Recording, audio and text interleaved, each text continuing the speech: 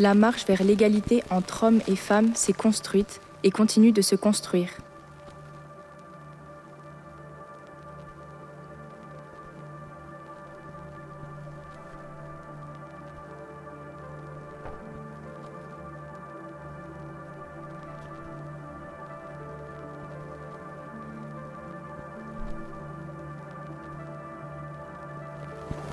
Sans le militantisme de certaines, sans leur courage et leur ténacité, nous n'en serions pas là.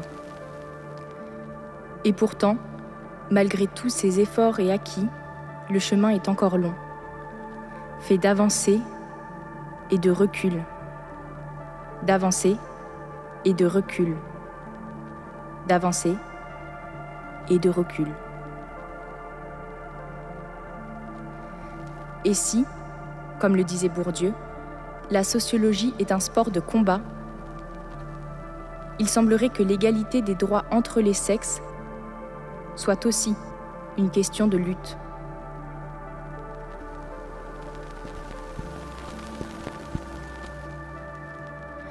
Au sein de notre université, cette lutte a commencé au printemps 1970. Un an après la création du Centre universitaire expérimental de Vincennes, le MLF, le Mouvement de libération des femmes, organise son premier meeting.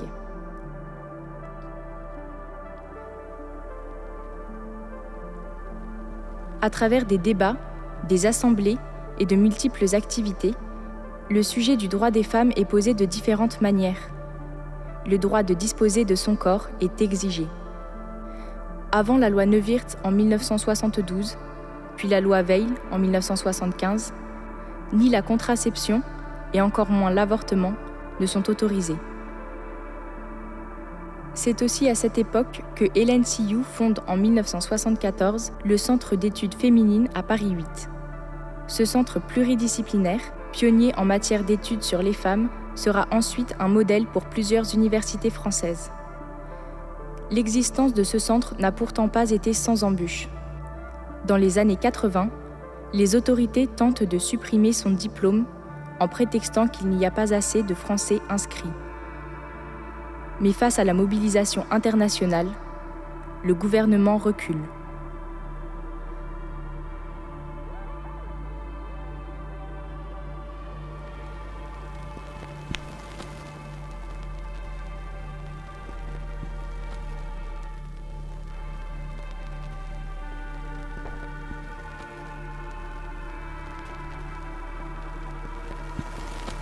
Parallèlement à ce centre, dès l'ouverture de Paris 8 en 1969, une crèche et une maternelle sont aussi créées avec comme objectif d'aider les jeunes femmes à poursuivre leurs études.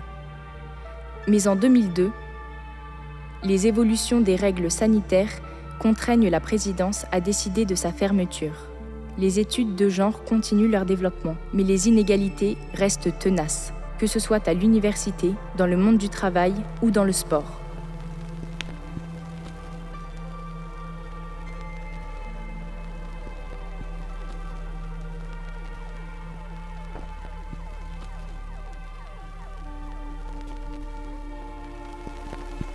Les injonctions familiales et les hiérarchisations sexistes compliquent les carrières et les salaires sont souvent inégaux avec ceux des hommes.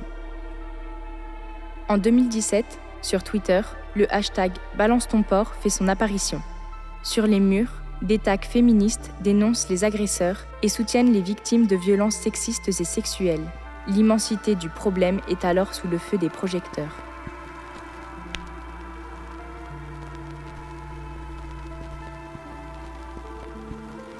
À l'université, en 2020, une cellule d'écoute est mise en place pour prendre en charge les victimes et, après investigation, pour sanctionner les agresseurs.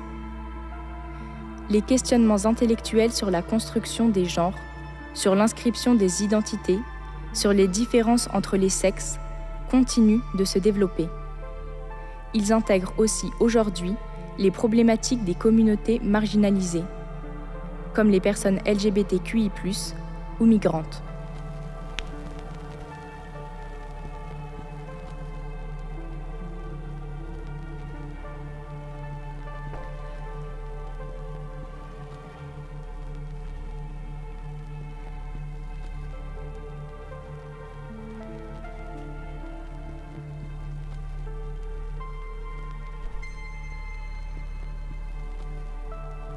Mais le chemin à parcourir est encore long. Et dans cette lutte, nous avons encore grand besoin de la détermination, de l'inspiration et du courage de toutes les championnes de demain.